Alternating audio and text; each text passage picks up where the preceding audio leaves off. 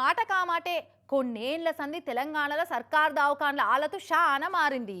మరీ ముఖ్యంగా కానుపుల కోసం అయితే చాలా మంది సర్కార్ దవాఖాన్లకే పోతున్నారు.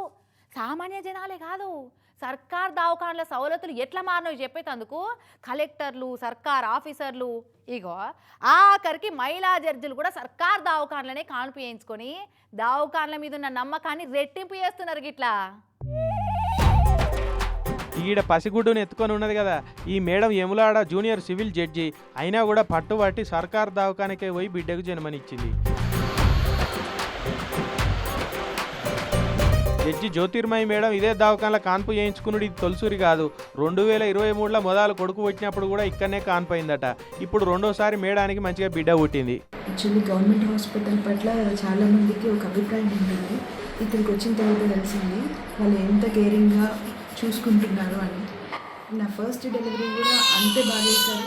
తర్వాత మళ్ళీ నేను సెకండ్ డెలివరీకి రావడానికి కూడా అదే కారణం అవుతుంది. ఇట్లా సర్కార్ దవాఖానలో కాన్పు చేయించుకొని జడ్జి జ్యోతిర్మయి మేడం మహిళా లోకానికి ఆదర్శంగా నిలిచిందని కొనియాడబట్టిండు ఎమ్మెల్యే ఆది సీనన్న.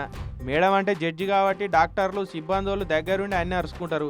అదే మామూలు వాళ్ళు పోతే వార్డుబాయ్ కూడా ఖాతరు చేయడు, చేతులు దడపందే పని చేయరని చాలా మంది ఫీల్ అవుతుండొచ్చు. కానీ అంతటా అట్లేం లేరులే, ఎవరో ఒకరు ఇక ఆడాడు అట్లా మోపవుతారు. కానీ ఇక వాళ్ళని చూసి వ్యవస్థే వేస్ట్ అనొద్దు కదా. అట్లుంటే సర్కార్ దవాఖానలలో డెలివరీలు చేయించుకునేటోళ్ళు ఎందుకు వేరుతారు చెప్పురని కామెంట్లు చేసుకోవట్టిరట. ఇక ఈ సంగతి ఎరికైన జనం.